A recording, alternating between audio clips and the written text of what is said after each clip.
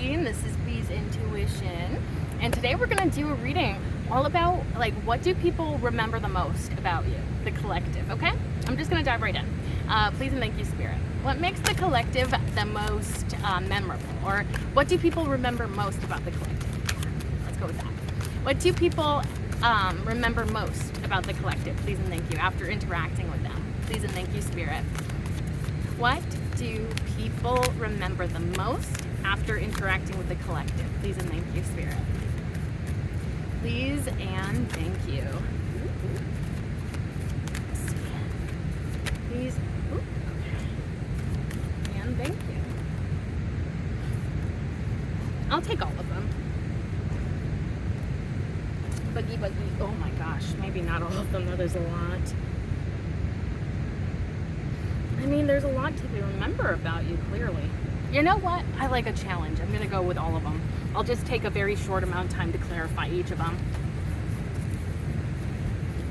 Okay. Ooh, interesting. Okay, starting out, we have the King of Swords. Father of Swords in this deck, but King of Swords.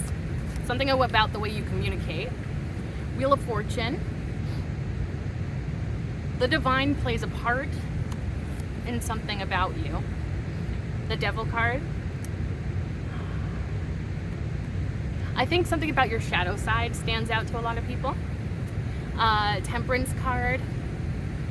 You're like a master of healing, I want to say. Ten of Wands. You carry your burdens with ease. The Tower card. You've been through a lot of like crazy, chaotic episodes in your life. Maybe people think that you handle it well. Queen of Pentacles. You're probably very kind, giving, down to earth, easy to talk to.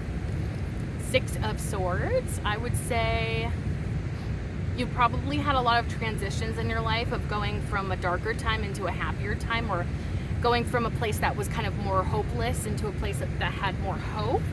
Maybe you're like somebody that takes advantage of opportunities when they present themselves. Three of Cups. You may be very friendly, or maybe you make a really good friend. Bottom of the deck is the Four of Swords, so I'm getting you have a wisdom that comes beyond yourself, like comes from beyond yourself. Like it feels like it's either divine wisdom, or maybe you're very educated. But honestly, the Four of Swords has been hitting me lately as like the knowledge that comes with silence, you know? Spending time in silence, what information do you learn from that silence? So I feel like you are a person that takes time to be in silence from time to time. It doesn't have to be all the time. And you learn a lot through that process, which I feel like is a lot of intuition and a lot of divine-based communication. Okay. Anywho, let's just dive right into the clarification, because this is the part that always takes me the longest.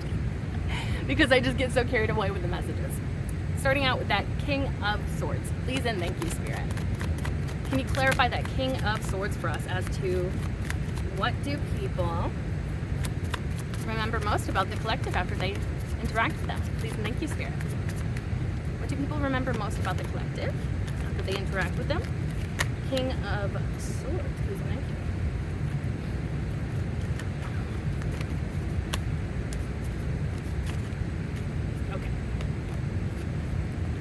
Beautiful, beautiful, beautiful.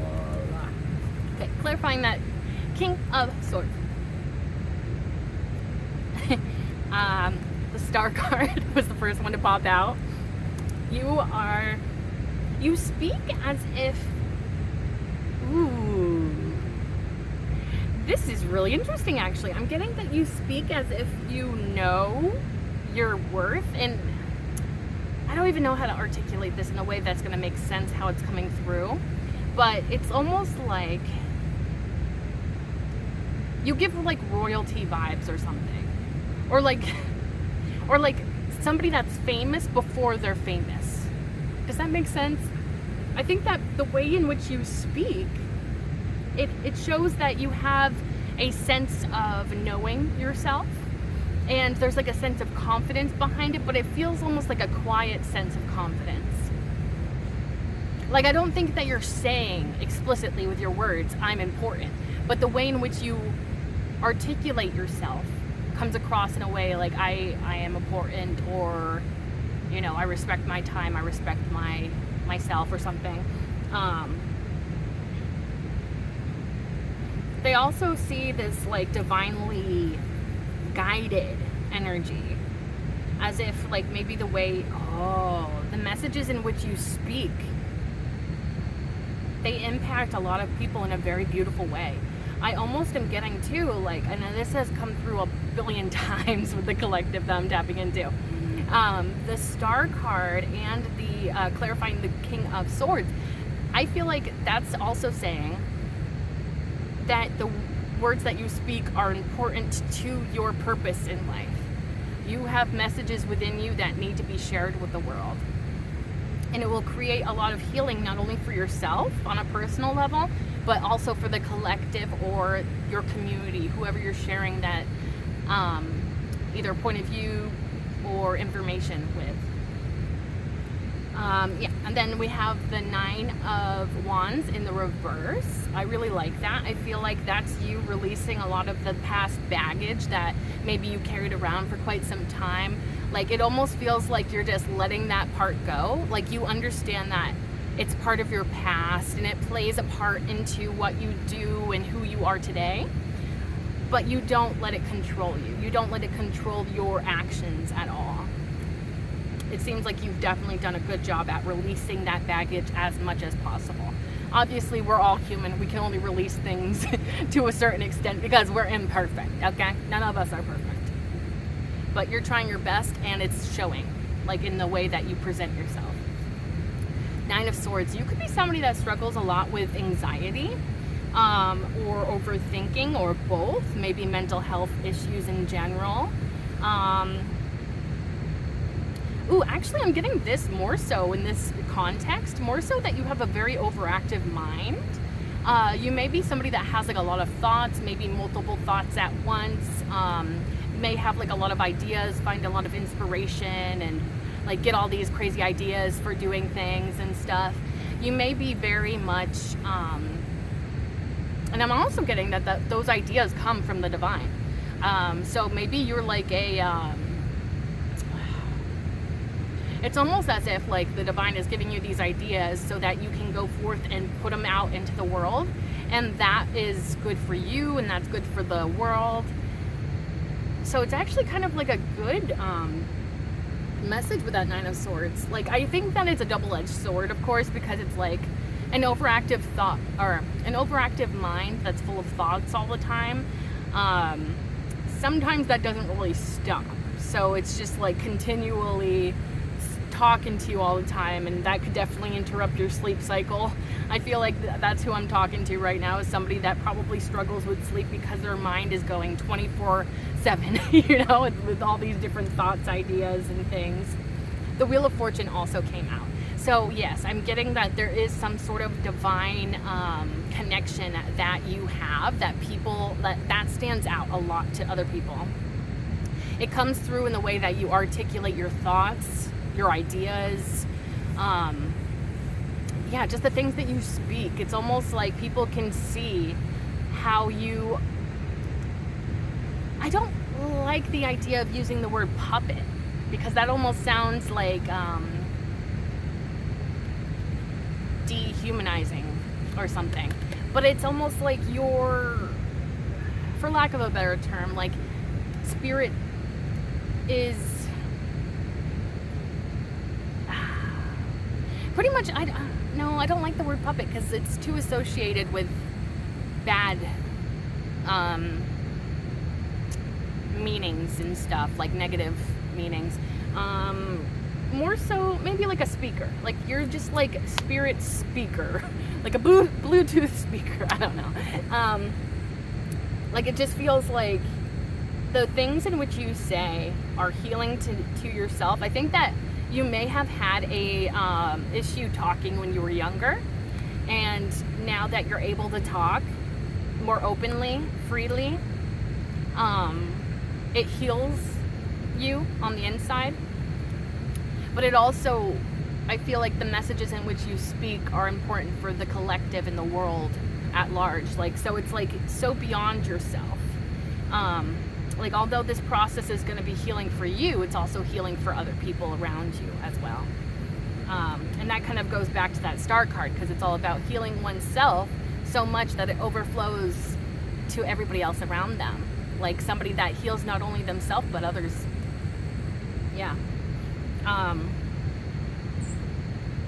So, honestly, with that one, I would say the most memorable thing that sticks out to people is the way in which you communicate, and they sense that there is some sort of larger purpose behind the words that you say, or like that maybe those words have like a more significant impact, maybe than you realize even. Little birdie. Anyways, yeah, and they see like there's some sort of divine quality to it. Also, the way your mind works is very fascinating to people. I feel like you have a very unique point of view, and maybe that's what sticks out so much to people, because you just have such a specific way of communicating, speaking, and it's so necessary, it feels. Oh, bottom of the deck, 3 of Wands. Oh, this is interesting. I wonder if this is kind of saying, how do I word this? I feel like I could be tapping into somebody that is like on the edge of doing something, but they never really quite know when the right time is to do that thing. If that makes any sense, it's almost like there is somebody here that is motivated to go forward, but they're hesitating for some reason. Maybe you don't always trust what comes through, your thoughts, your ideas, the divine communications that you receive. Yeah, because it's almost like, oh, I see. It's almost like you're worried that, like, maybe you'll come across the wrong way, or the words in which you speak are gonna have the opposite effect of what you mean them to do. Like if you're trying to share a positive message, you're maybe worried that people will see it as a negative one, because it feels like you're so ready to do this, but it's like you're hesitating for some reason, or you feel like maybe now is not the right time. I would say definitely, well, the thing is, a lot of the time is that we don't really know what the outcome of these types of things are until we actually do them. And, you know, our minds are, especially our egos, you know, are very convincing things. And so I would personally just encourage anybody out there that is like talking themselves out of doing something that they feel like they're really called to do. I would just say that, for one, you never know how like your message is going to come across to others, and it may impact a lot of people in a positive way, way more than you think it will. And 2, life is all about lessons and learning and making mistakes, and you know, learning from those mistakes, trying to become a better person. So even if at the end of the day it is not received the way in which you would have liked it to be, you can take that as a learning experience and, you know, kind of grow and learn and see in the areas in which like maybe you were a little bit closed-minded, or you didn't think of this other perspective, or, you know, it's only good for you. It's only gonna ever help expand your growth and expand yourself and help you grow and evolve into somebody that is more sure of themselves, more confident. Especially the more open you are to hearing criticism, especially when it's constructive. I feel like people usually really, what's it called? They respect that. I feel like a lot of people respect the ability to hear what other people are saying, especially when it comes to criticism, and taking in that information, finding the bits in which they can learn from, and then go from there, you know?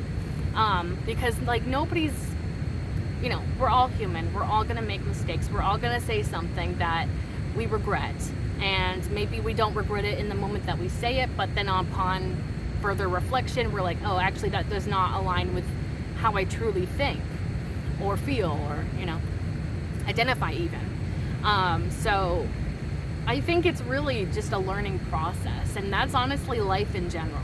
We like to think that these things can have more control, like we can have more control over these types of things, but at the end of the day we really don't have that much control. And our society kind of teaches us to feel like we have all of this control over every little thing that we ever do, and that's just not reality. So I would just personally encourage anybody that's like, sitting on the edge of their seat, like ready to do something, but they're like afraid of how other people are going to react, or possibly doing more harm than good. Also, maybe try to reflect upon what caused you to start thinking like that in the first place, because you may even find that, hey, that's actually my stepmom's opinion about these types of things, or like that's something that she told me growing up, that I would just make a fool of myself if I ever tried to speak up for myself, or whatever. And then if you trace that back to your childhood, you may realize that, wait, I don't actually have that good of a reason to talk myself out of doing this thing. It's just based on that fear that it was formed from maybe childhood trauma or childhood maybe toxic relationships with others, So I would say, like, it could be just mostly fear-based. And fear is one of those things that when we look further into it, we can see what is causing that fear. And if that fear is indeed based in reality, or if it's really just, other people's opinions that we have internalized. I'm not sure if that really makes a lot of sense, but I would just, maybe say, like, reflect on it, maybe even talk to spirit, trust your intuition, trust your gut, because I think that you're way more ready for whatever this is than you think that you are. And this can go for any situation. It doesn't have to even specifically be in terms of you, maybe preaching to the world or something. Maybe it's just you even just starting out to just speak up for yourself. Like, it can start so little and then expand to so much. Because a lot of us, we don't go from being, the kind of shy that is like practically mute, to being extroverted and, talking all the time. It doesn't happen overnight. It's definitely a step-by-step process. So maybe even just take a little tiny step in that direction if you're feeling called to do so. And just like speak up for yourself in your own personal life even. That's a great way to start too. You don't have to make it public. You don't have to preach to the world yet if that's not what you're into or whatever. But I feel like it would be empowering for you, because I think you have much more power behind your words than maybe you've even let yourself believe before. Okay, let's go on to the Wheel of Fortune. I don't want to take too long because there's a lot of cards that we're clarifying here. Yeah, let's go on to the Wheel of Fortune. Please and thank you. Please and thank you, Spirit. What is that Wheel of Fortune card trying to tell the collective? What is most memorable about the collective after interacting with them? Please and thank you, Spirit. What do people remember the most after interacting with the collective? Please and thank you, Spirit. Please and thank you. I have like a little ring light out here because it's usually super shadowy over here and it like doesn't look as good on camera, So I have like this, is that supposed to come out? No? Okay. I have like this ring light on my phone and it's not really bright, so I don't even know if it's even worth bringing out or if it does anything at all. Because especially compared to like the daylight, I don't even know if it's like even making a difference. Because it's so dim compared to natural light. Anyways, please and thank you, Spirit. Ooh.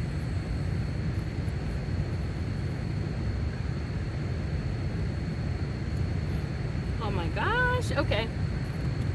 Clarifying that Wheel of Fortune, which also we ended on Wheel of Fortune with that last pile, so it's interesting that we have Wheel of Fortune twice. People definitely sense that there is something about the divine that is, I want to say, interwoven into who you are. There's definitely some divine quality about you that people like either see or feel after they interact with you. the two cards that came out to clarify that Wheel of Fortune, 10 of Cups, Chariot. That's insane. Oh my gosh, you know what this is saying? Oh my gosh. This is so cute. It's literally saying that you are meant to achieve. Well, actually, I think it's trying to say a few different things. First off, I think you make people feel very, very, very, very good. Like, you activate people's happy feelings after they interact with you, and I think that that's something that leaves an impact, like how you make them feel. And two, it also feels like this is like your destiny. You're meant to have everything you could wish for and more. You're happily ever after. After people interact with you, I feel like they literally say to themselves, like, that is somebody that's going places. Like, period. Period. Chariot card, you know? Literally you going places. You're not afraid. Oh. This is such a beautiful energy. Okay, so I'm getting the message that you're not afraid to go outside of your comfort zone. You're not afraid to go into the unknown. Even if you're scared, even if you're unsure of yourself, there's like this feeling of being almost fearless. And obviously I don't really think that fearlessness really truly exists in the way of like somebody doesn't experience fear, because I think we all do at one point in our life or another. But it's almost like I feel like this sense of like maybe even craving adventure to an extent. Like, you're excited. You're excited for the adventure of life. You're excited to see where you're going in life. You're excited to like pursue each step of your journey, even if you're scared, even if you're like, I don't know where I'm going. I don't know if I should trust this. Especially the more you trust in the divine and what the divine is trying to tell you. And also divine timing is also a huge part of this. So I almost even wonder if like people feel like you are, for one, very much tapped in to divine timing. And that could be something that's happening on a subconscious level that you're not even aware of. And you have like a good flow with the way the universe works, it feels. And it's almost like if you ride that wave long enough, you're going to reach like your happily ever after. Because you have the right attitude, you have the right mindset, the right energy. Like, it's literally such a beautiful energy here. And especially with the Chariot card, because the star on top of his crown is the star card, that northern star, that guiding star in the sky. That is you going towards your destiny, because you know what your destiny is. And you know, knowing what your destiny is, you may not even know specifically what your destiny is, you know, but maybe you have a general idea, and that can be enough, you know, or like a purpose, you know, like maybe your purpose is simply to just love people and show your love to as many people as you can in this lifetime. And so you just go at life in this very loving way. And it's like, yes, that's what you're supposed to be doing. That's what the divine wants you here to do. Because it feels almost like you're like spirit soldier or something. Like, you are ready to present spirit's messages to the world and encourage other people to follow their passions and to help people find the happiness within themselves, within their lives. I feel like you're very, like, whether you know this or not, you empower others by simply empowering yourself. And by doing the things that you're guided to do, and listening to the divine, listening to your intuition, going towards those things with that passion that you have. Oh, because it's like you're showing people what is possible, and I feel like it literally could probably open people's minds quite significantly, because they've never seen a person do what you do, and it makes an impact. Yeah, whether you know this about yourself or not, like, it definitely is like, whoa. I'm getting the message that's not something you see every day. I think you're definitely not somebody that you see every day, or, you know, how you are in the world is not something that you see every day. You have a very unique way of doing things, I think. like, I feel like you break outside of this cookie cutter mold, and I feel like it's so liberating, not only for yourself, but it helps other people see that they can also break outside of the mold that they thought that they had to restrain and restrict themselves to. Like, oh, I have to form into this perfect cookie cutter shape, even if it's uncomfortable, even if it, you know, removes parts of me that are not, you know, that are integral to who I am. I gotta fit into this mold. But you show up as yourself. You're like, I am free of that mold, and you can be too. Like, and that's the message that you, like, give to people. And I don't think you're, like, literally saying this. I think it's just simply through the way in which you are in the world. It's so beautiful. Knight of Cups at the bottom of the deck. So I think, for one, your creativity really stands out to people. Maybe you have a very creative imagination, or like just the way in which you see things. You have like a different perspective that is very much like valued. And maybe it's even refreshing to an extent, because the water is really kind of like hitting me as like taking a sip of water and be like, ah, that was good. That hit the spot. Like, I feel like something about you is very refreshing and necessary. But also, that Knight of Cups, people probably do fall in love with you. Especially after when they see how connected to the divine you are, and because I almost get this feeling of like motivation, or like a happy, energetic energy, and it infects other people. Like, it's so beautiful. It's like, yeah, when people like interact with you and they see that side of you of being like optimistic and maybe even slightly peppy and like, yeah, I'm gonna go and achieve my goals now, and I'm gonna just do the damn thing, like, you know, like that. I think, like, not only does that inspire people, but it kind of makes people have a crush on you to an extent, I think, because it's like very refreshing. Yes, yeah, it's like literally like talking to you is like taking a sip of water when you haven't had water for like a few hours, and you're like, I need water. Like, that is you. You are I think that's actually like a pickup line, isn't it? Like an old pickup line. It's like, you are a tall drink of water, or a tall glass of water. I don't know what those saying is. Something along those lines. But yeah, you hit the spot. Like, which I guess like could also be seen as like a naughty message, if that resonates with you. Maybe you know how to hit the spot. I don't know. I don't know anything about your personal life like that, but if it's coming through, maybe it's coming through for a reason. Yeah. It's so satisfying to have a conversation with you, I feel, yeah, like it feels like you are infectious, and you infect people in such a positive, happy way. Oh, I love that. Okay, let's go on to the Devil card now. Please and thank you, Spirit. Can you clarify that Devil card? Please and thank you. Let's see. Ooh, Page of Pentacles. Earth sign could be significant, because the Devil does represent Capricorn, and, you know, the Pentacles do represent Earth signs. That could be significant. Doesn't have to be. I'm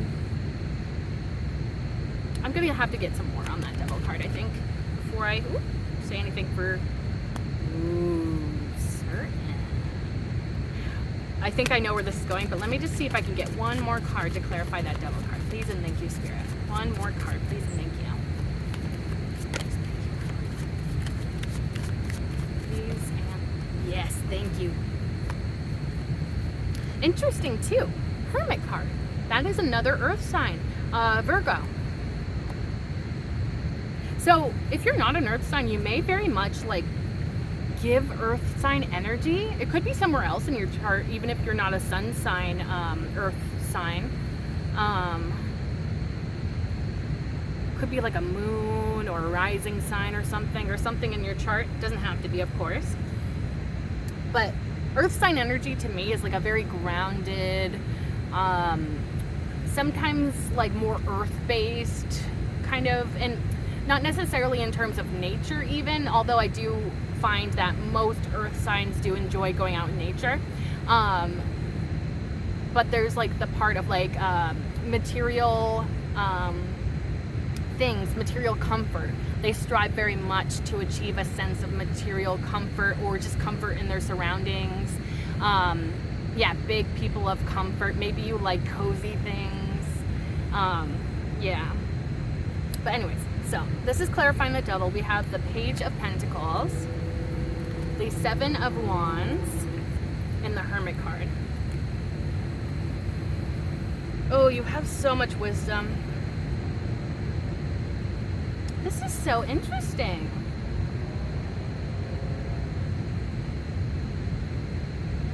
That's what it's saying. Okay, you use your shadow self to propel you forward in life.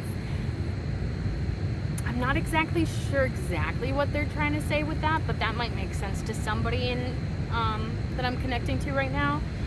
Because it's almost like if you see a new beginning, or like a new opportunity rather, I feel like you are a person to take advantage of those opportunities in the way of which, and when I say take advantage of, I never mean like a negative take advantage of. It's a positive taking advantage. Like, you know, I think that the way that sounds sometimes can sound very negative, but it's actually very good when you're using it for your own self-development. Or like, you know, pursuing your purpose and stuff like that. You are definitely a fighter. And I think that this kind of applies to maybe all areas of your life. You fight for love. You fight for finding a sense of comfort in life, whether that be focused on your financial stuff or maybe simply your surroundings, making it as cozy and as comfortable as possible. Maybe even helping other people find that sense of comfort. Yeah, you could stand up for other people, people's rights, animal rights. Like, there's so much of a fighter spirit with you, especially because this is clarifying the devil. Like, I feel like it's a fighter that has that fire behind that fight. I don't even know if that makes any sense. Like, this is somebody, like, oh, I see what the message is now. I'm getting so clearly, you do not want to see their dark side. Who have you... I think somebody's seen your dark side. At least one person has seen your dark side and they do not want to see it again. Especially because I think that you have like a very sweet personality most of the time, but it's like if you get triggered, and I don't think that many things trigger you very easily, especially now in your spiritual journey. I honestly feel like it takes a lot to trigger you, and maybe you're even like very conscious about the ways in which your shadow comes out, what specifically triggers it, how to avoid those triggers, or how to work on not being so triggered or something. Like, it is very fascinating the way in which you use your shadow to... It helps you fight. Like, you know, that like the... And like that shadow part of yourself is like kind of like your inner demons, but you're using those demons to fire up your machine to overcome challenges. And especially I think that you get really fired up when it comes to injustices as well, with that fighter spirit and the devil. I think that especially if things like morally upset you or ethically upset you, I think that's when you get really like fired up. Yeah. And it's also like you have such an ability to overcome everything that ever tries to become a blockage, obstacle, inconvenience. You just like, I think people that have seen this side to you may even refer to you as a machine. Like, nothing can stop that person. Like, literally. The Hermit. I think this is why that message came through about like how you handle your triggers much better maybe than you did in the past, because you have like this wisdom and a knowledge of self. I think that maybe you've had many hermit moments where you've kind of been more introspective, spent more time alone, really reflecting on yourself, who you are, where you want to go. what you want to achieve, what matters most to you. You have like a very deep knowledge within yourself. And that helps you to sort of mold in a way that shadow self into something that is more productive. Yeah, because it's like maybe you even realized in the past, maybe that shadow part of yourself did cause troubles in the past or caused you to act out in ways that you're not proud of. But now on your journey, you have gained this sense of wisdom. I think that this could have come with age as well, you know, and I'm not saying that you're like super old or anything, but like, you know, as we grow, as we, you know, experience more life in our bodies, our experiences, our 3D realities, we gain a lot of knowledge. And so I feel like you gained a lot of knowledge of yourself, and you know how to use that part of yourself for good. And especially when it comes to progressing or going towards the things that you're passionate about or standing up for the things that you believe in, it's really so beautiful. I really like this energy a lot. And so I think that people see, maybe people that have seen, you know, your shadow side, and you know, maybe there is a little bit of rage that comes out with that shadow side at points. I think that they're probably like really remembering that. And I think honestly part of that is because not a lot upsets you, especially with that Hermit card, because I feel like with that Hermit reflection, there's a lot about like learning about your ego, what triggers your ego, what is your ego, what is not. So I feel like through gaining that knowledge, you I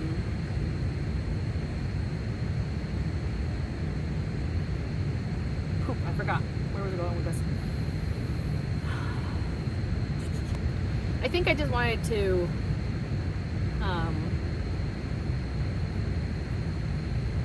maybe people have seen your transformation. People that have seen that past in which maybe your shadow self came out in ways that you weren't proud of. Maybe they saw how you, along your journey, learned to have more control over that part of yourself, to not be so triggered by everything. And that could be something that people remember too, is like your own journey of healing that part of yourself even.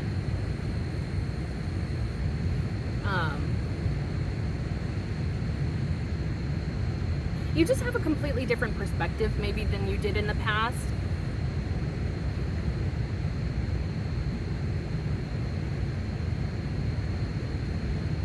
Oh, also bottom of the deck is the Seven of Cups. Yeah, this is showing me that the wisdom in which you have allows you to select either, for one, like different paths. You are very much like flexible. If like a new path opens up to you, you know what works for you, what doesn't, because of that knowledge of self. But also it's like you have also that control over yourself where you can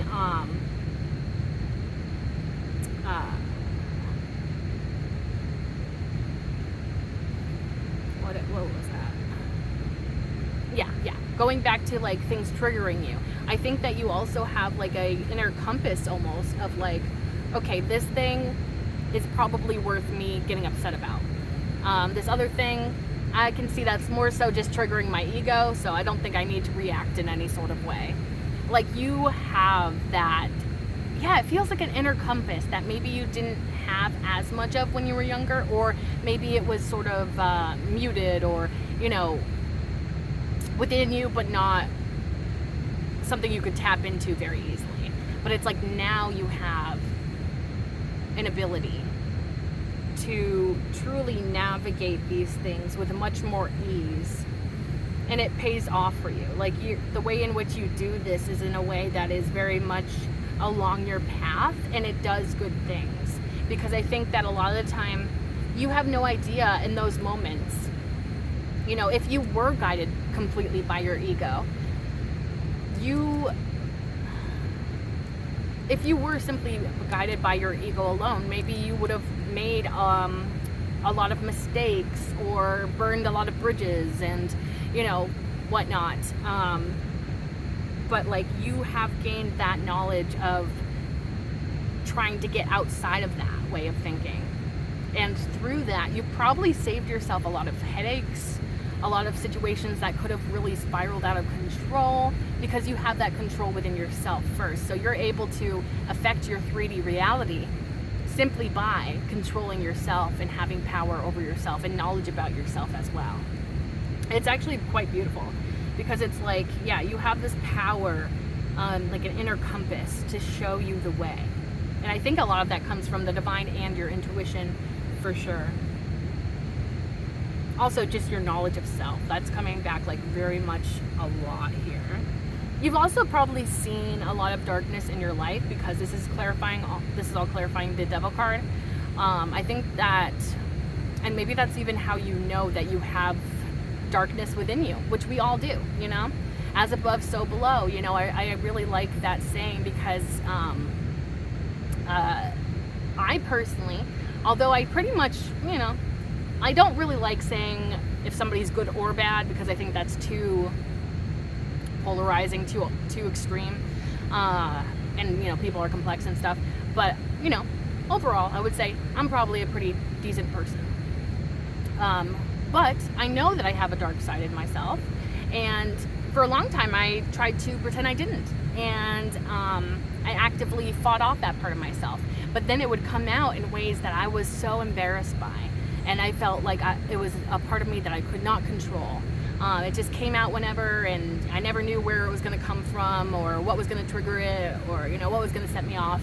And I feel like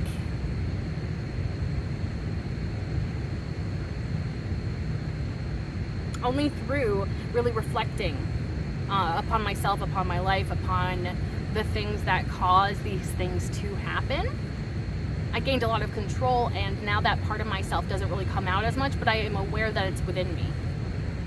And so I'm thinking that maybe through you experiencing a lot of like pain from other people being very nasty to you, you have noticed certain aspects of other people in yourself. And that's not to say that you are those types of people, or that you are just like those other people, because I think a lot of the difference comes with having awareness of that thing being present within you, and also trying to work on that thing so that it doesn't come out in these sorts of ways. So it's like, yeah, I think that you could have experienced a lot of pain in your past, or a lot of like darkness from life. And maybe that's what kind of caused you to be like, I know I have this darkness within me, so I have to use it for my good. I have to use it in a way that's productive, in a way that's not going to hurt everybody else, or myself. And it's actually very, very, very nice and powerful and beautiful. So I feel like, honestly, something that's memorable about you is if they see your dark side come out, they're like, I'm scared. And part of that is because it takes a lot to trigger you at this point in your journey. But you have like the muscle to back up a lot of things. And I don't mean that necessarily physically, but, you know, maybe in some cases it is physically.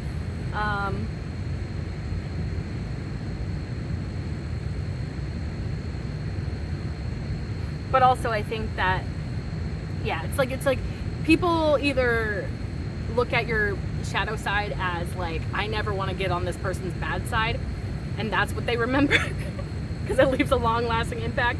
But then there's the other part where it's like, wow, this person has a lot of self-control. I wonder how they do that. And I think that's another one that is super memorable about you, because it's like, maybe even in the way that you talk about things, you're like, or like somebody that's talking to you is like, that would have triggered the heck out of me. How did they navigate through that situation? But because you have that control, it just affects you completely differently than it used to, maybe.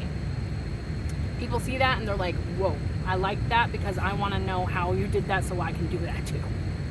Yeah, okay. Let's go on to the Temperance card. Please and thank you, Spirit. Please and thank you. What do you got for that Temperance card? Please and thank you. What do people remember the most when they interact with the collective? Please and thank you. These are beautiful. Sorry, there's a lot of people coming down all of a sudden. but clarifying that temperance, oh my gosh, this is going to be so beautiful. Okay, so clarifying that temperance card, we have the Two of Cups and the Nine of Pentacles. Oh my gosh.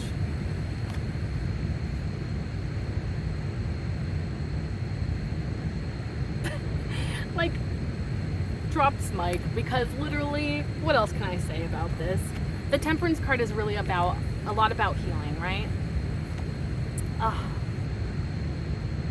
And the things in which you've healed in your life is love and your stability, your surroundings, your abundance, maybe even your material finances even, or just material possessions.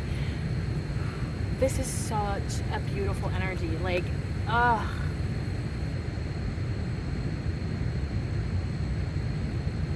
this is something that people say, how? Definitely. I think that a lot of people, after they interact with you, they see you as a healed person. And maybe you don't identify with that because you're like, I'm a constant work in progress, which we all are, to be honest. But anyways,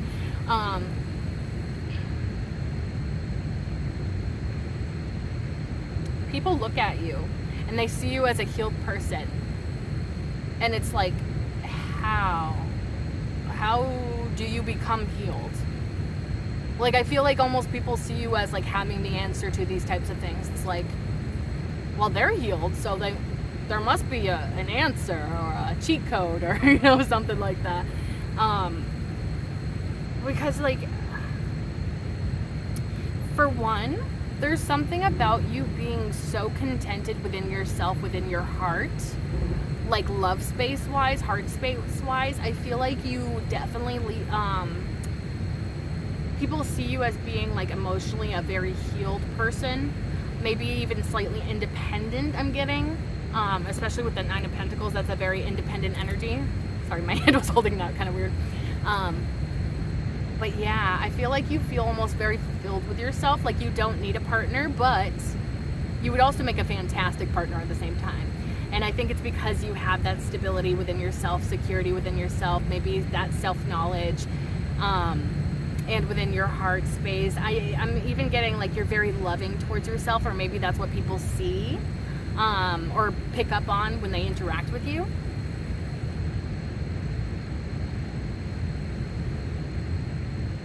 Yeah, you may have been really much, very much mistreated in the past when it came to love, but it feels like a lot of people see you as being healed from that, whether you identify that as that or not. This is what other people are seeing about you. You've also transformed a lot, so people that have known you in the past compared to now, I think, very much see your transformation. Like, you're very much embodying your higher self nowadays, whereas maybe you weren't so much in that sort of energy in the past when they last knew you, or however they knew you in the past. I also think that your connection to spirit has a lot to do with this healing, or maybe that's what people pick up on, is like, oh, it's probably through their spirituality that they healed their heart space or healed their finances or something. Like you to other people, you look like you're so content with life. You look like somebody that would find happiness in the smallest little things. Maybe you're having a really rotten day, but because you see a cool rock, your day's okay. You know what I mean? Like, you just like find the littlest things to find, like the littlest things to make yourself happy. It could be a cute little rock that you find, maybe a little frog that you see on a rock or something. Is like, oh my gosh, I saw a frog today, I had a great day, you know? And like, it doesn't have to be that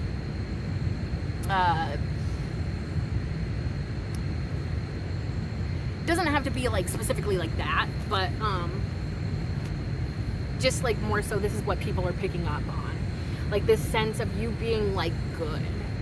Like, there's like a contentment that people feel when it comes to you, and it definitely has to do with like your surroundings, your material possessions, your physical comforts.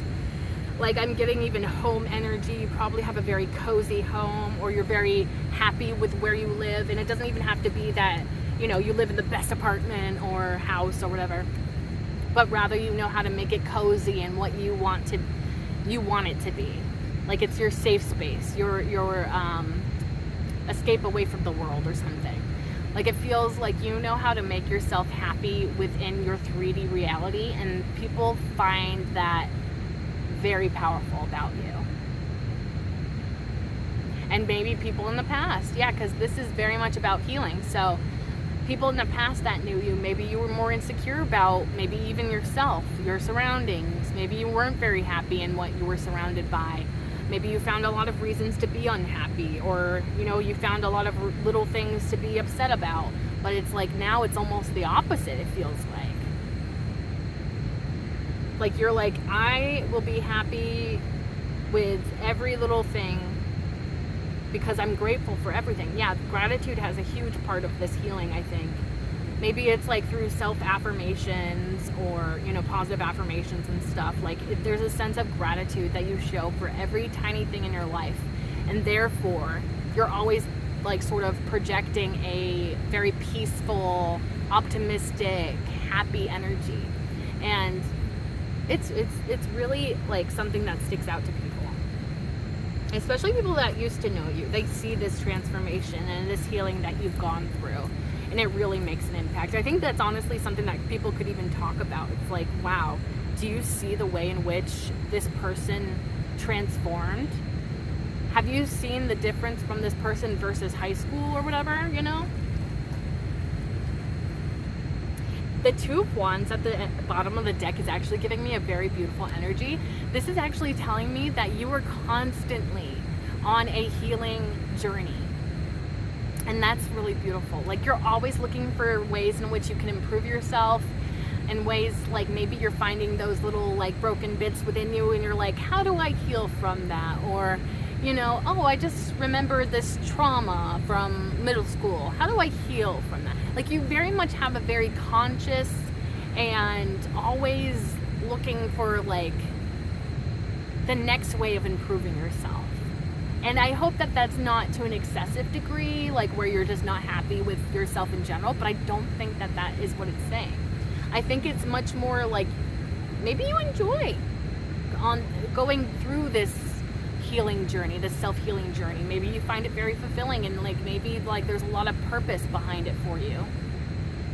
Because it feels like there's like a genuine curiosity that I'm picking up on, where it's like, yeah, maybe you're genuinely curious about other ways in which you can heal, or genuinely curious in other ways that you can grow, learn, change, evolve as a person.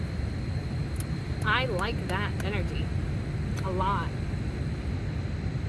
And maybe people even see that about you. Yeah, they could definitely pick up on that when they interact with you. That you're always just like looking for ways in which you can improve yourself, you can improve your life, you can improve your mindset. Like, it's gorgeous. And I think that also helps motivate and inspire other people to do the same. A lot of this, it feels like people very much follow your example. You're very much a trendsetter or a leader. Maybe you don't realize this about yourself, but I feel like other people around you, especially when they interact with you, definitely feel this and see this. Also, it was interesting that this popped off and then there was the Four of Pentacles underneath. I feel like in the past, you had a lack mindset potentially, like where you were feeling like everything was crappy.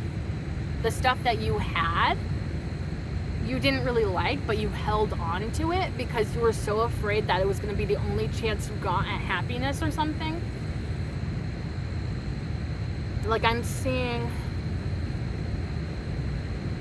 like holding on to something that's even like broken or torn to shreds or worn over time, and you're just like holding on to it, you're clinging on to it, and you're not really open to anything else coming in, but you're so afraid of losing this one thing that's not even really serving you at this point, but you're so afraid that nothing else is gonna, you know, be better than this thing, even though it's obvious that it's not really good for you.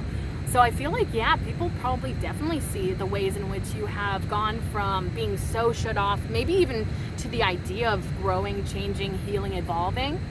And now it's like, again, it's like that, like the tables have turned. You are a completely different mindset now. And people see that. People see how you have changed so much. Yeah, it feels so dramatic.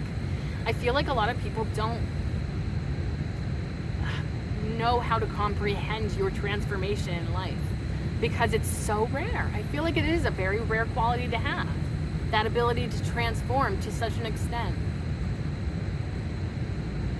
A lot of people are asking how. Maybe that's something that you could even do as a side project or something. Share how you do these things with the world. And through just sharing how you've done them, you're going to inspire other people to do that. You're going to motivate other people. People are going to be like, yeah, I'm going to trust this person because it looks like they got a handle on this, you know? I like that. Okay, let's go into the 10 of Wands. Please and thank you, Spirit. Please and thank you. What do you got for that 10 of Wands? Please and thank you. Ooh. Anything else for that 10 of Wands? What?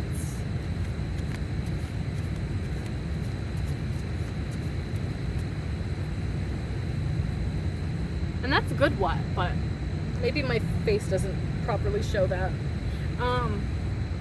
Clarifying the 10 of Wands, which is usually about burdens. You've got a lot of like positive cards here. Actually, I'm getting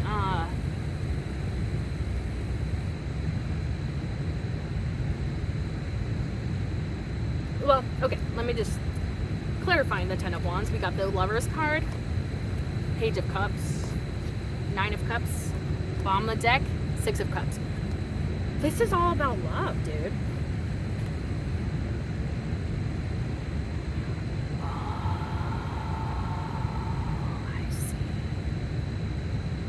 Seeing it now. No, because like literally, this is kind of crazy though. The Lovers, Cups, Cups, Cups. Yep. Oh, okay. That's a lot of Cups energy, and that's a lot of love energy. So this burden feels like love. You have been very heavily burdened in your past when it comes to love. You probably did have a lot of.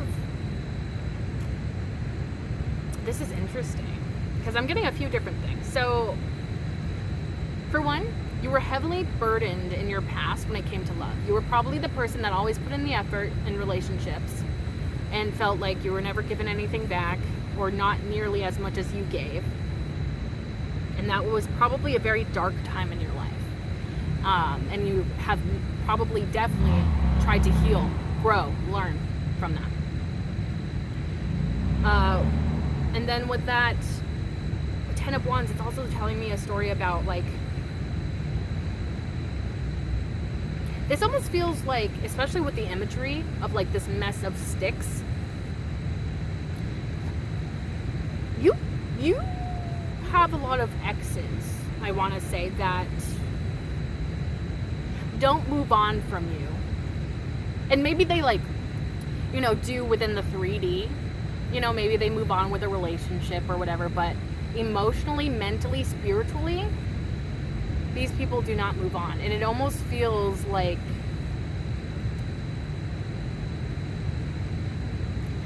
how do I word this? Because like your energy now is cleared of that.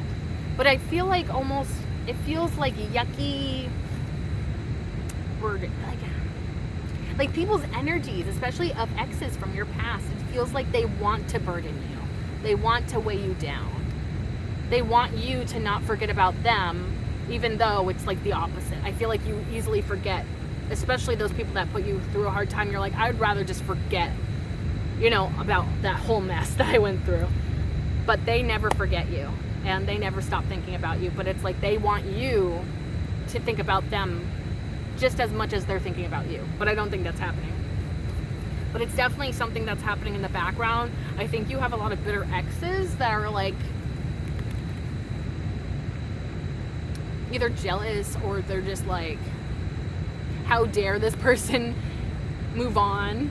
Even though I feel like in a lot of those cases, these are people that probably forced you to move on or like pushed you to move on because like they were just not willing to do any work. And so as a result of that, I feel like you moved on from these people, but it's like they did not move on from you because you're like so special and stuff. And so it's like, yeah, they can't move on, but it's like very easy for you to move on because they were not very nice to you when they were here. But anyways, it's actually pretty interesting because it's like with that Lover's card, I think you learned a lot from those past experiences, and I am getting sort of a message about like how Spirit may have meant that to happen, for your past experiences to be lessons for your future experiences. But I feel like sometimes that's like an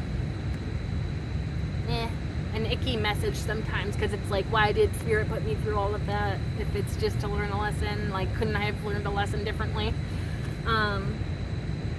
But I think the important thing is you did learn lessons from those past situations, no matter how horrible they were. You found ways in which to learn, to grow, to change, evolve, become not as susceptible to that sort of energy of those people from your past. Like, it feels like you're now in a different vibration energy where you're not as susceptible to those types of people that try to maybe take advantage of you in the past. Because the Lover's card is really all about divine choices, making those enlightened choices for your betterment. I feel like the divine plays a huge part in this, and maybe your connection to the divine is what helps you heal from that past, because it was a very heavy past. You know, the Ten of Wands is heavy. I think you definitely had a lot of karmics in your life that you thought were soulmates, but they were just wearing a mask. They were definitely imposters. They were imposter soulmates. I don't think, you may not have yet met your soulmate, or maybe you just haven't.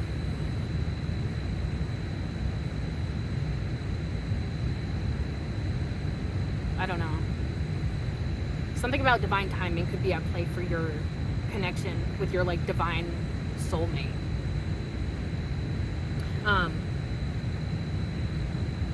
And it's actually quite beautiful, especially because knowing that dark past of yours, the Page of Cups to me shows me that you are still open to love.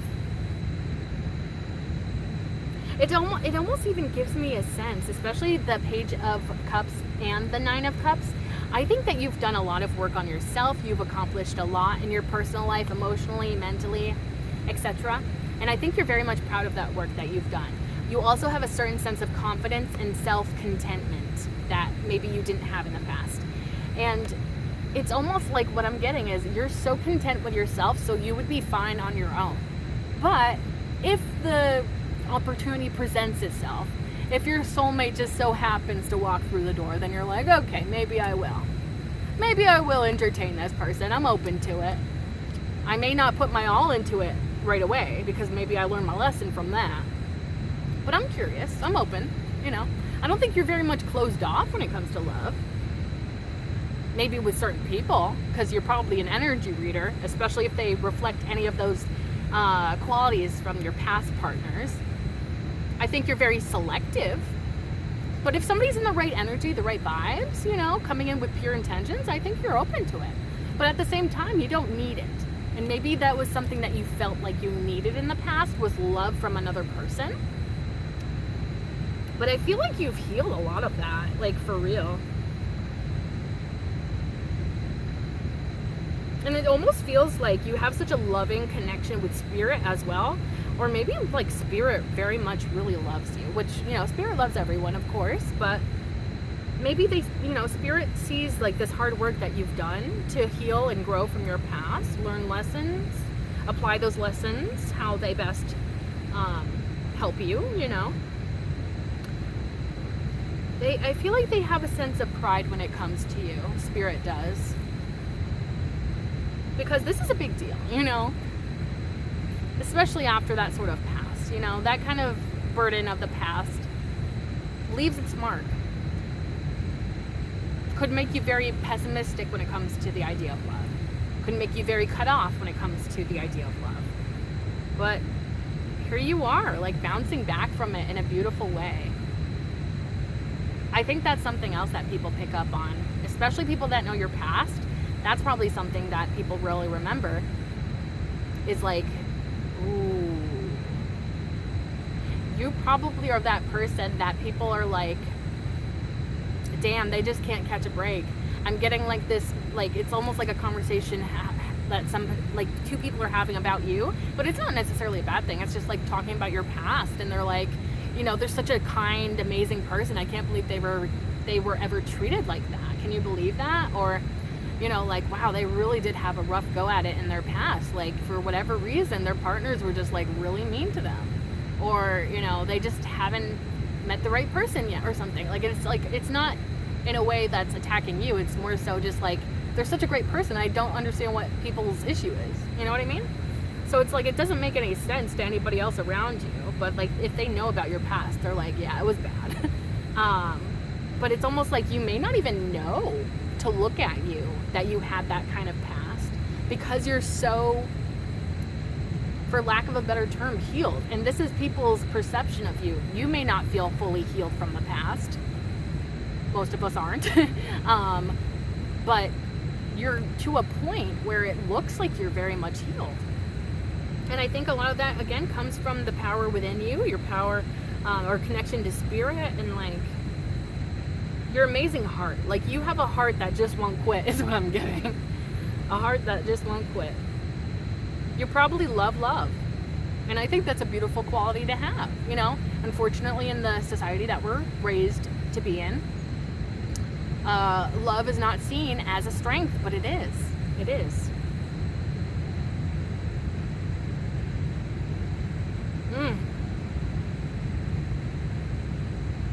There's also a magical quality to this as well.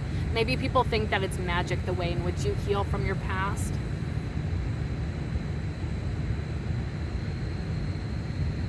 Yeah, I think that that's something that is very memorable about people. It's almost like if they see you on the surface, they're like, wow, that person is, you know, so full of love. Maybe some people at first think, oh, I bet they've never been hurt in love. But then you share like your backstory, and people are like, wait, what? Because it's like you're like the embodiment of love, and yet you've been through a lot of really rough love situations, it feels like. And people remember that. People remember that because it's like, if any of that happened to me, I would have become very bitter, you know, and avoided everyone. But here you are, still being vulnerable, still being open, still working on yourself, still keeping it pushing, you know? It's actually very beautiful, quite beautiful is what I'm trying to say. But I'm combining those.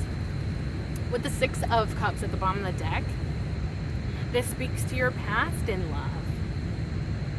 Ooh. Oh.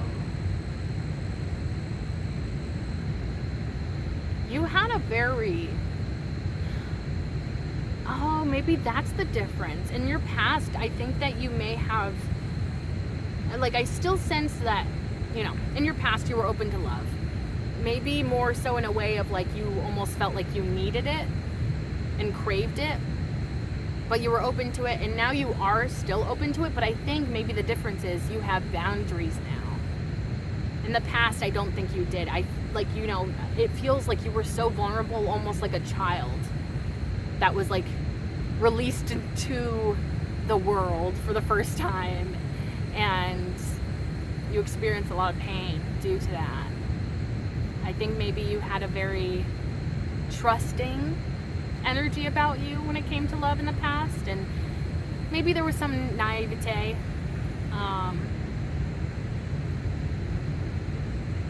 Or, yeah, it feels like that. Maybe just slightly being a little bit naive, but I think maybe that could come with youth as well, or lack of worldly experience maybe. But I feel like almost like this sense of you being as vulnerable as a child in your past when it came to love. Whereas now, you are open to love, but you have certain securities within yourself and within your life. And you don't feel that need for love in the way that you used to as a child or as a younger person. And I feel like that it could be a big difference now, is like you were at one point so vulnerable when you were open in the past to love. And it left you open to a lot of pain. And I think that's where the pain came in. But it's almost like now I'm getting like a different sense of openness, where it's like you are open to love, but you've grown like these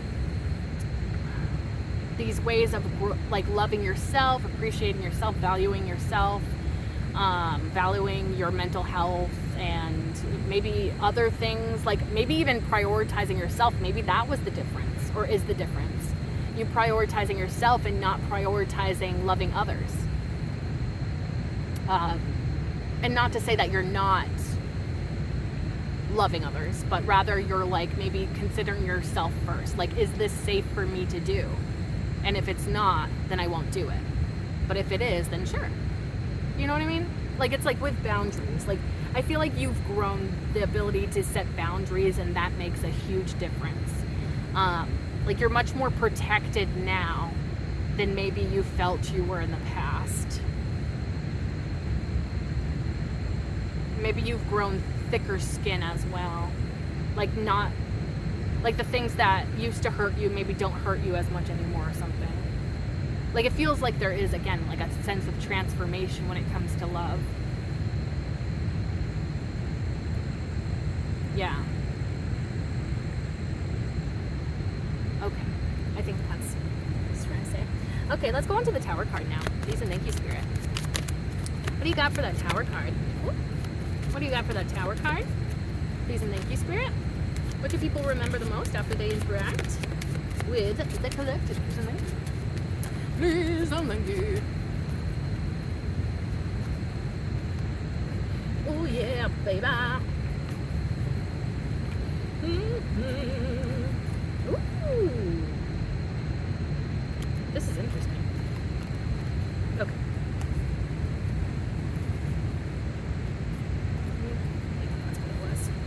Okay, clarifying the Tower card, we got the Queen of Pentacles, double confirmation for Queen of Pentacles, okay. We got Five of Cups, okay.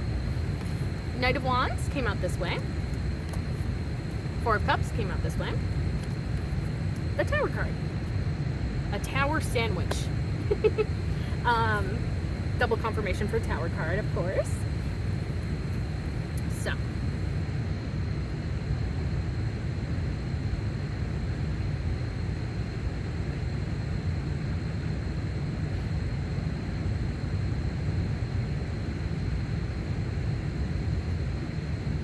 Ooh, this one's interesting. I see you as this beautiful Queen of Pentacles, somebody that's kind, giving, open, down to earth, easy to talk to. But you've experienced a lot of pain, especially when it comes to love, and this could be beyond just romantic love. Maybe familial love, friendship love. A lot of heart pain, chakra pain, you know, heart space pain. And I think that pain presented itself as Tower moments in your life. And that pain, I think, caused you to kind of maybe crave the desire to embody more of the Knight of Wands energy, where you're maybe more detached from the emotions, and you're more so based on you know, maybe you had a player phase, or maybe you considered having a player phase at one point in your life. Or you could easily become a player if you decided to go down that route.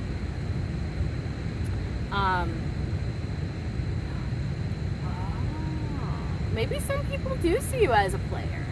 And I don't say that as it's true, but maybe it's people's perception. Or maybe they're like, because you are this beautiful person with a light to you, that you could easily become a player or be a player. And maybe like you being selective was even perceived as you being a player in the past. Or in the present. If you're selective now, you could have been judged for being selective when it comes to love. Maybe you were a little bit reserved when it came to love, especially after that pain of the past.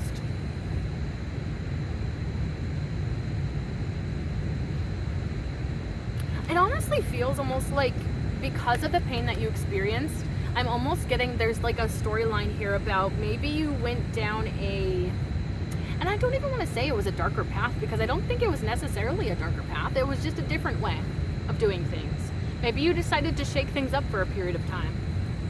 Because of that pain, maybe you decided to take dating a little bit more lightheartedly. Maybe, if you're interacting with somebody, you don't immediately assume because somebody's nice to you that they're automatically your soulmate. Maybe you're more so like, I'm going to see where this goes. If it happens to go there, then fine. But, if I feel the wrong energy, I will cut this person out, because I'm not, it feels like you're just not willing to put up with what you put up with in the past.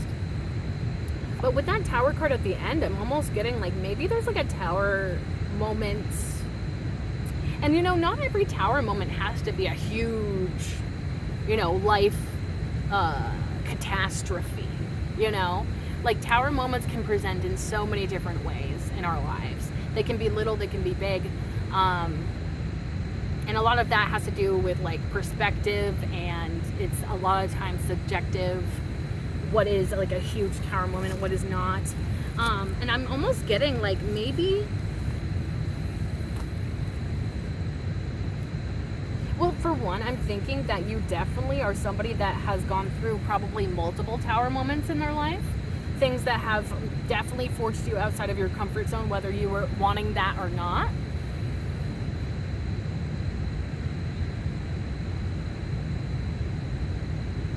But it almost feels like, especially because of the way that the Knight of Wands and the Four of Cups came out like this, that's usually good. Progressing you forward, or like, progressing you forward in a positive way. And so I almost, like, maybe that was part of the plan, because it's like,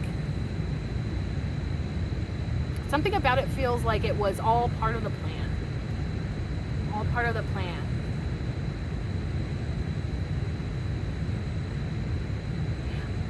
I almost feel, it almost even feels like that Tower card that this is all clarifying may have been like the first Tower moment, and that may have been a more negative experience. But then I feel like the second Tower card is almost indicating a second Tower moment that is maybe more positive. That's what it is. Maybe after this like period of heartbreak, entering into a time of where you're maybe not taking love so seriously, and I'm gonna put that in quotation marks because, like, again, subjective. But, and there's probably multiple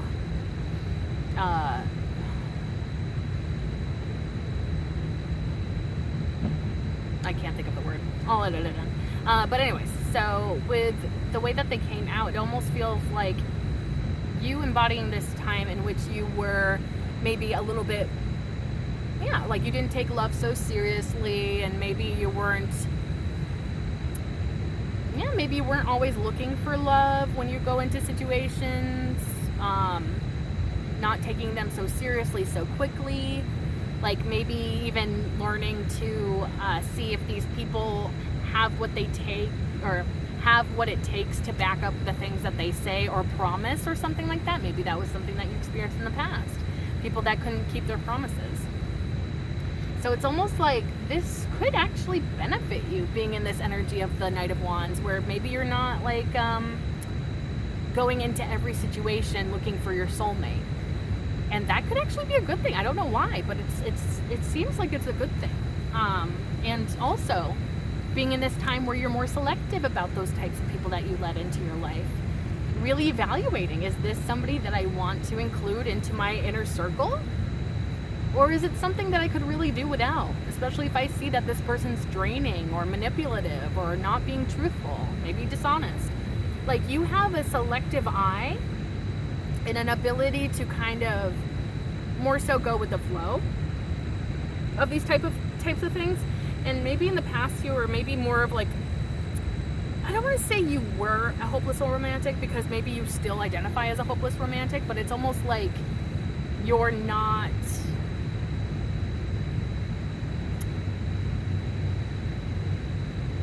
being reckless with it. Because sometimes us being a hopeless romantic can really lead us to maybe clinging on to certain people just because we have the vague idea that they're our soulmate when they may not even be.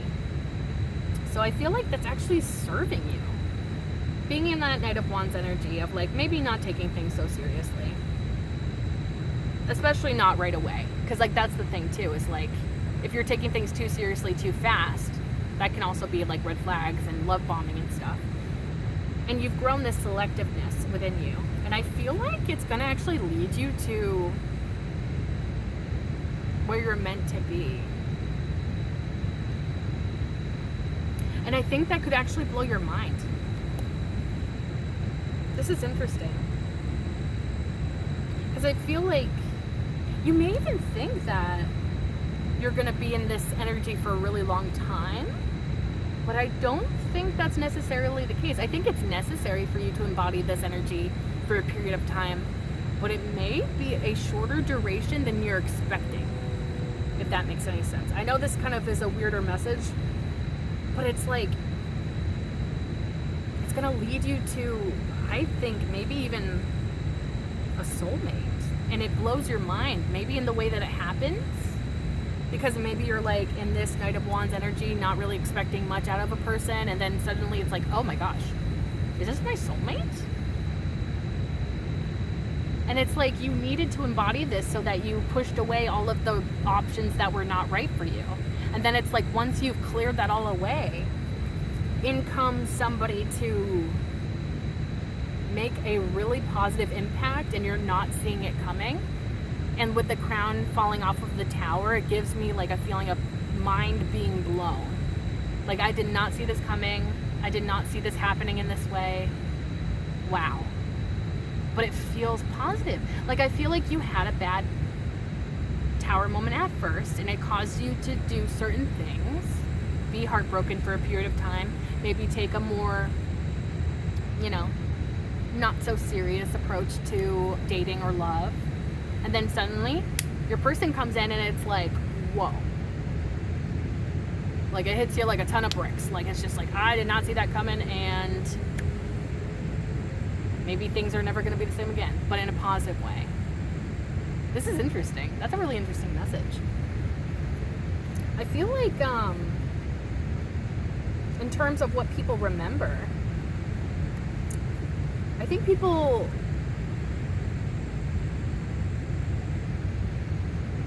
remember you going through a lot of stuff in your life. Maybe this is through you just talking to people, telling them about your life.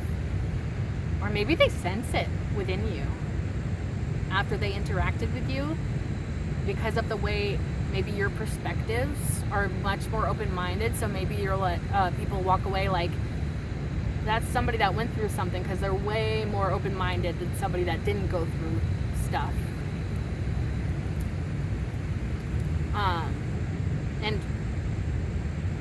actually, that's what people remember, I think, is people, especially people that know your past. It's almost like you may have, and this kind of goes back to that like Ten of Wands energy of like, you may have been very vulnerable and super trusting of people in the past, and it may have led to a tower moment for you. And people remember you going through that really difficult time.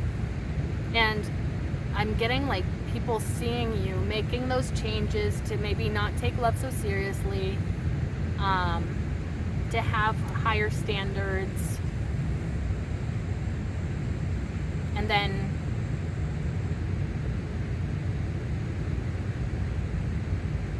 that like attracts your soulmate or something.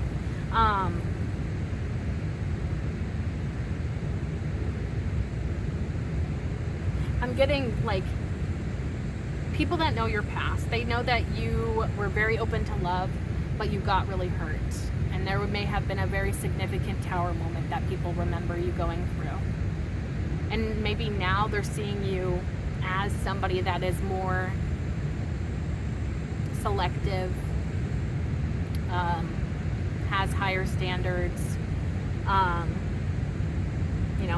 not taking things so seriously as you did in the past.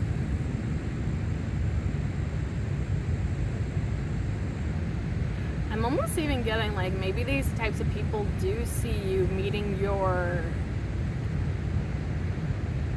So, I mean, there's going to be people that I'm connecting with that have already met their soulmate and maybe they're with them.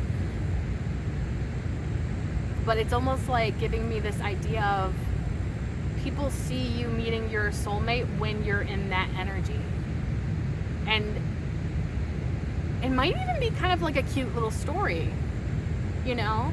Like on your anniversary, you talk about like how you guys met and how, you know, when you met this person, you were maybe a little bit closed off to them. Maybe you didn't trust them right away.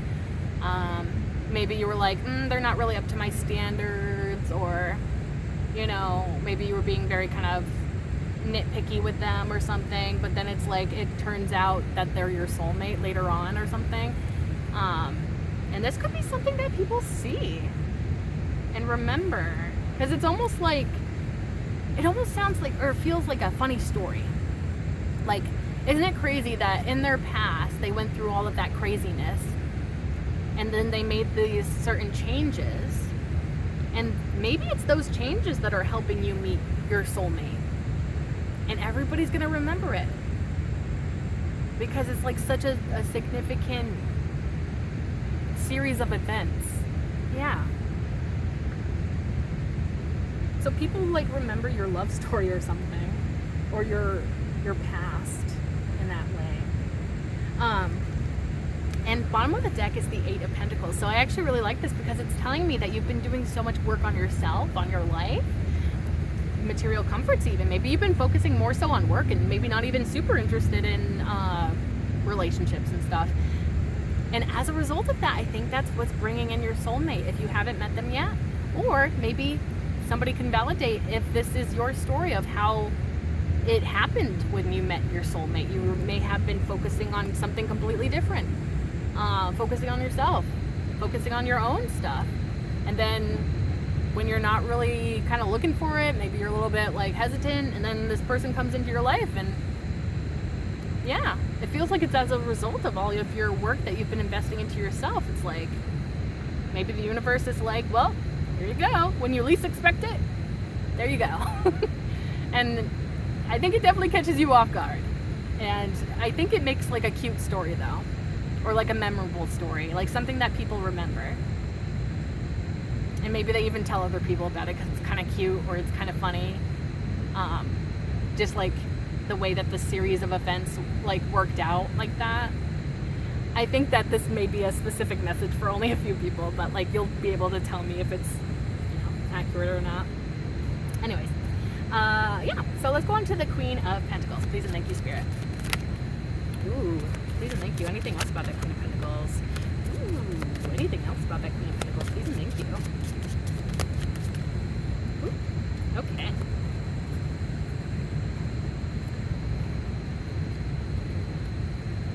Okay. Clarifying that Queen of Pentacles, we got the Magician, Four of Pentacles, Ace of Pentacles, Hierophant, Hanged Man, bottom of the deck, Empress. Yeah, people remember your freaking energy like it's like, yeah. Like, I'm getting a lot of divine feminine energy, so I don't know if you identify as that, or I mean, we did get masculine energy as well, so I mean, it's gonna definitely depend on who's watching this, but definitely, like, I'm getting, like, because, like, when I think of, like, divine feminine, I think, like, of a very healed heart space, or, like, a very loving heart space, you know what I mean? Like, yeah, love. I sense, like, a lot of love when it comes to feminine energy most of the time. And maybe that's something that speaks out to people. Also, I think that you're probably very attractive as well, and so that's also something that people remember.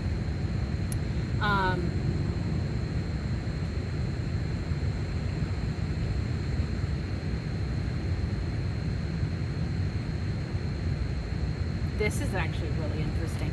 So I'm getting like this message with the Magician, the Four of Pentacles, and the Ace of Pentacles. It's almost like I see the Magician pointing at this Four of Pentacles, and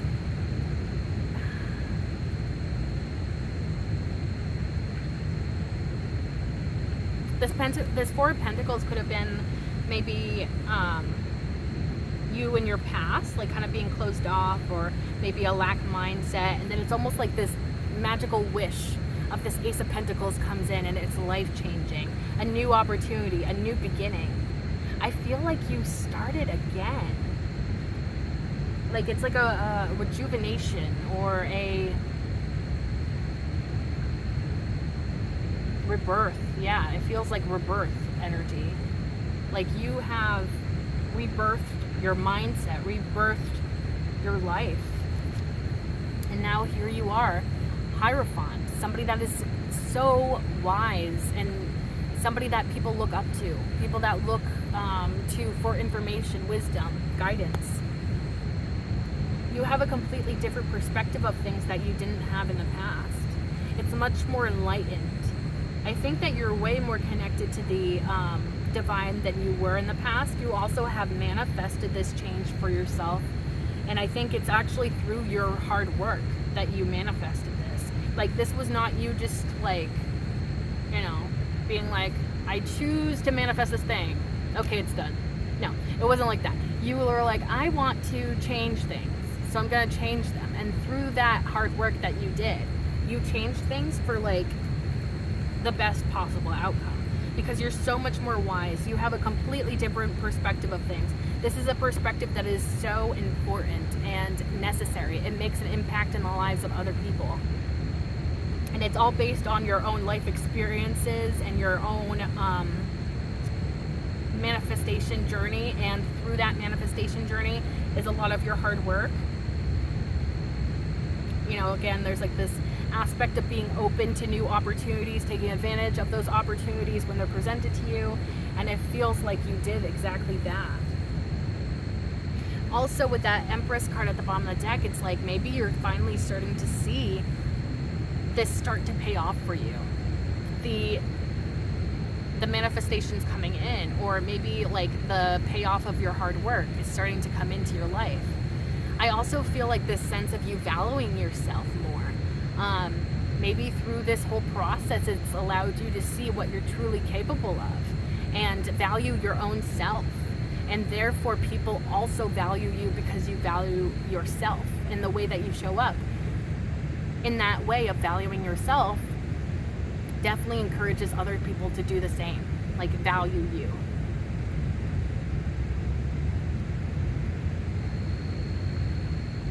I feel like a lot of people may even think that the way in which you manifest is so effortless, and I don't think you see it that way, because you see all the hard work that it takes to put into a manifestation. But I think from other people's perspective, they're just like, wow, they're just so effortless with what they manifest. I wish I could do that. But they don't see all of the hard work that you put into it at the same time, unless you share that with them, of course. And I think even if you do share that hard work with them, it's even more inspirational and, you know, applaudable, you know?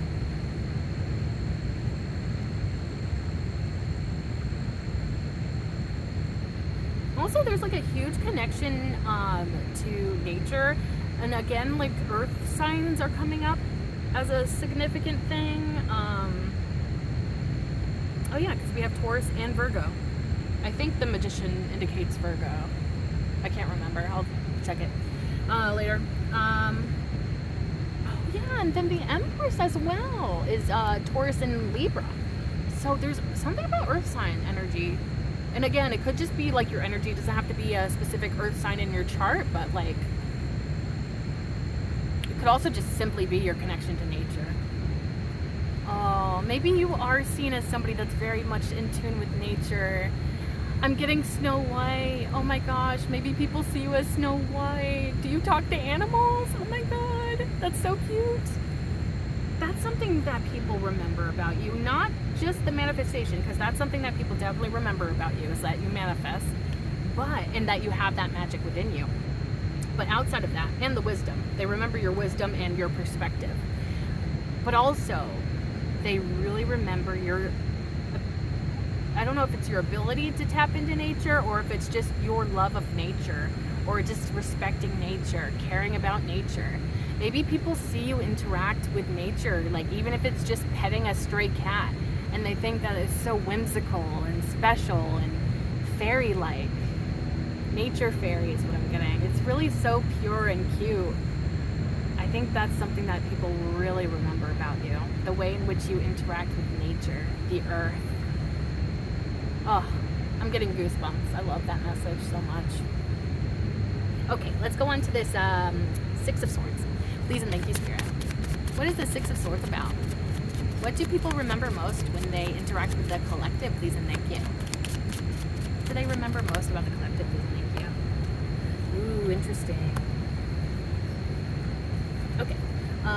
So, what came out to clarify the Six of Swords? We got the Six of Pentacles, Ten of Swords. So yeah, you've definitely experienced a lot of painful endings in your life. Probably a lot of backstabbing, people betraying you.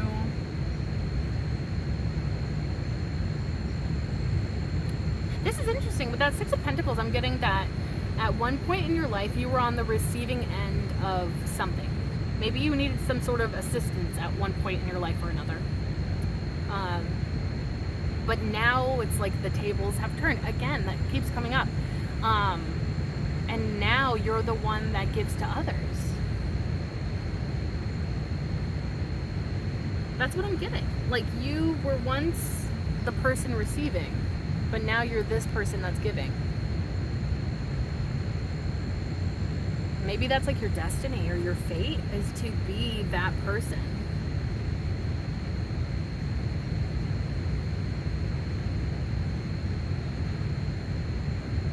And like,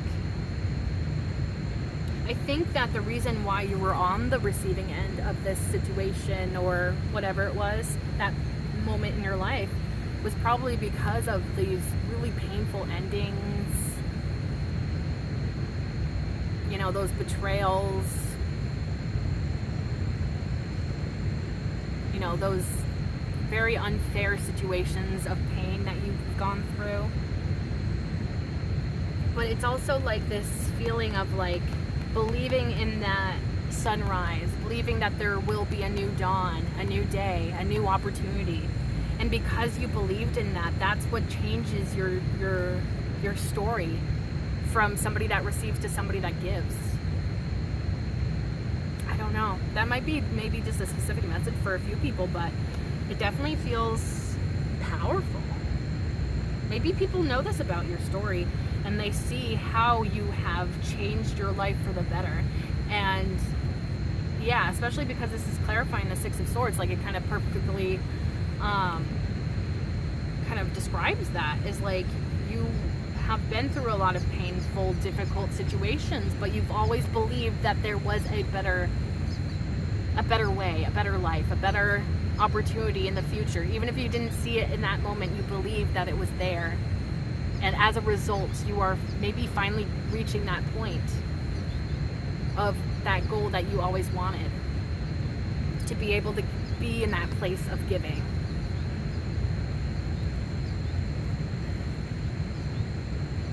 Yeah, it feels like it's part of your purpose. Giving to others, giving to situations.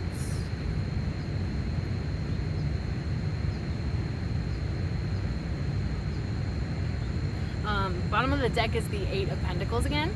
So I'm getting like, it could be like that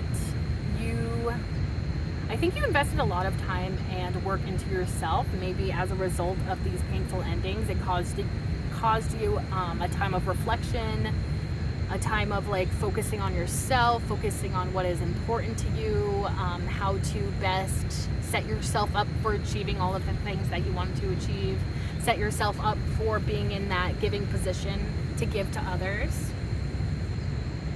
Because it always feels like you're always working towards your betterment, or changing your circumstances, or maybe learning the best, or taking the most lessons out of a given situation so that you can grow, learn, change for the best.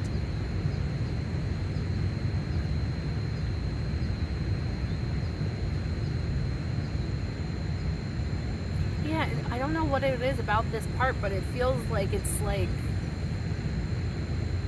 all coming back to you. Like the work that you invest in yourself, the hope that you have for the future.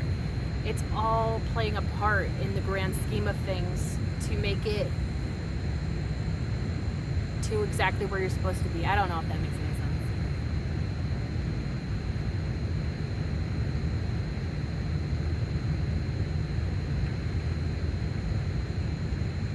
Like, people remember you. Oh, that's what it is. People see you as an underdog, or like it feels like an underdog story where it's like you're really rooting for this person because they've had a rough go at it, you know? Maybe people have seen that you've had a really rough go at things. And, you know, especially with that message I was giving earlier, I think a lot of people, you know, value you, and they're like, why have they had such a rough go at things? They don't deserve that. But it's almost like your fate is either changing or it has changed. And it's like, now people can tell the story of your life because you're starting to achieve those things that may have just started out as a dream. And now you're doing the things that you've always wanted to do. And, you know, obviously things did not start out that way. So it's a much more inspirational story, and it makes for a much better story. Yeah, it's like everybody loves to root for an underdog. Somebody that feels, or somebody that it's like the odds are stacked against them, but they still somehow overcome those obstacles and achieve their success. And I think that's something that people remember about you. Or they will. This could even be like maybe future tense too, like where it's like they will remember this about you. That you started where it was dark and hard and really bleak, but somehow you made it out of that. You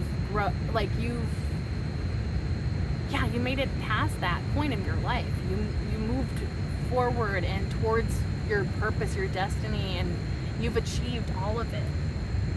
Or you will. Like, and this is also a card that I kind of take as like success for you is just around the corner. Like, the more you focus on it, the more you work on whatever it is, like your success is literally just around the corner. So this could be like more of a future reference sort of message here. People see you as an underdog story, and they love that, and they want to tell other people about it because it inspires so many people. I love that. Okay, let's go on to the Three of Cups now. Please and thank you, Spirit. Please and thank you. Ooh. This is interesting. Okay.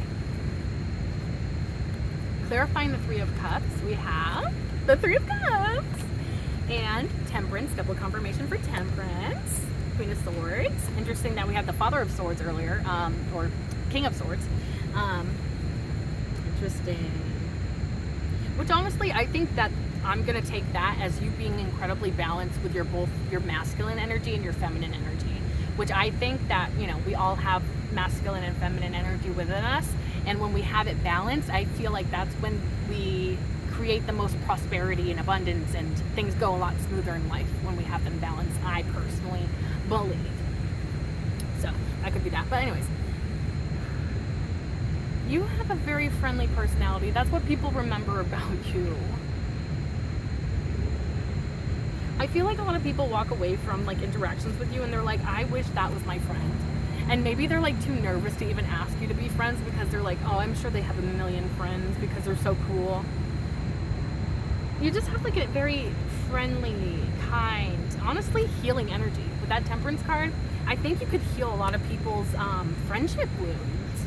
You know, maybe some people grew up being bullied or, you know, outcasted or, you know, whatever, an outsider. And maybe they felt like they didn't have what it takes to be somebody's friend, or maybe they never felt like they had friends, or that they could never make friends. But after an interaction with you, you teach people that they're lovable just as they are, and that nothing was ever wrong with them, and that if they struggled making friends growing up, that was not their fault. That was the fault of people that were closed-minded.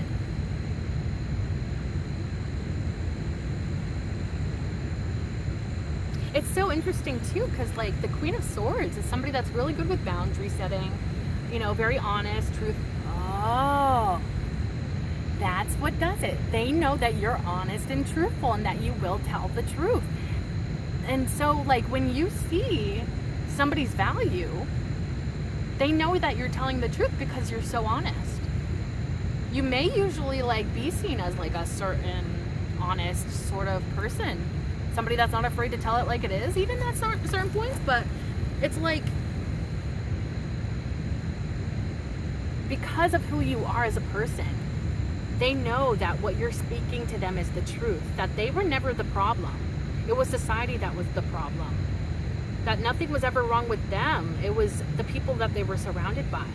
And I feel like that heals so many people's hearts, because people that grew up thinking that something was inherently wrong with them are now realizing that there was never anything wrong with them, and that they really just needed to be surrounded by the right people, and you are the right people.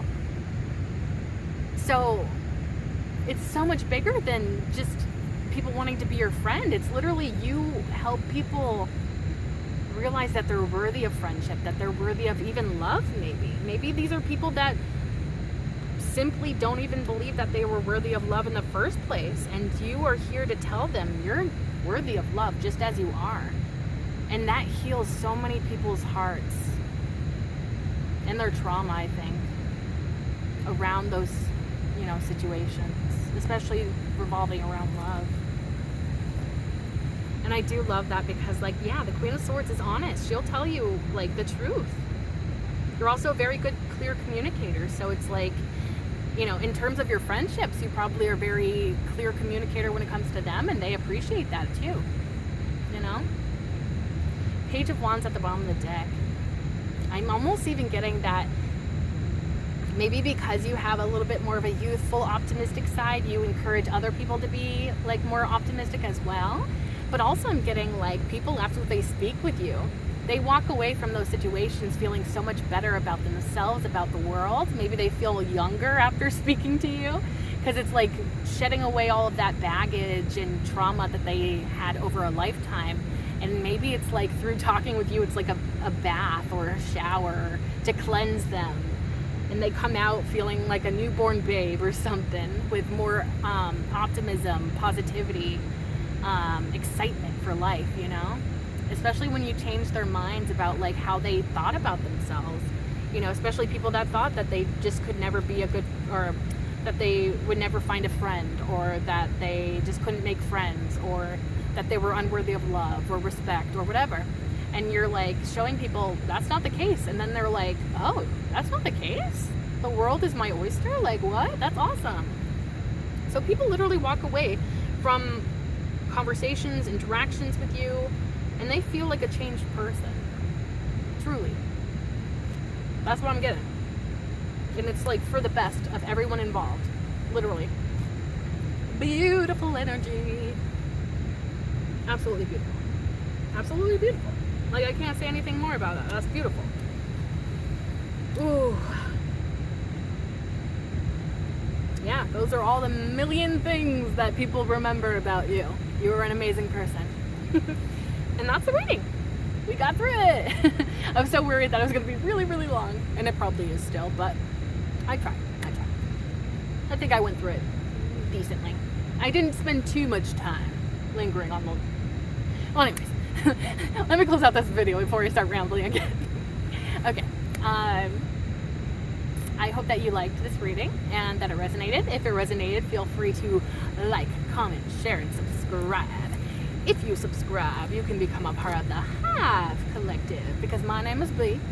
Bees live in hives, and you can become an honorary bee like me, and we can be a little bee family together. If you like my readings and you'd like to see more, be sure to click that bell icon down below so that YouTube actually notifies you next time I upload. And thank you so much for being here. I truly appreciate you, and I can't wait to see you in the next one. Bye.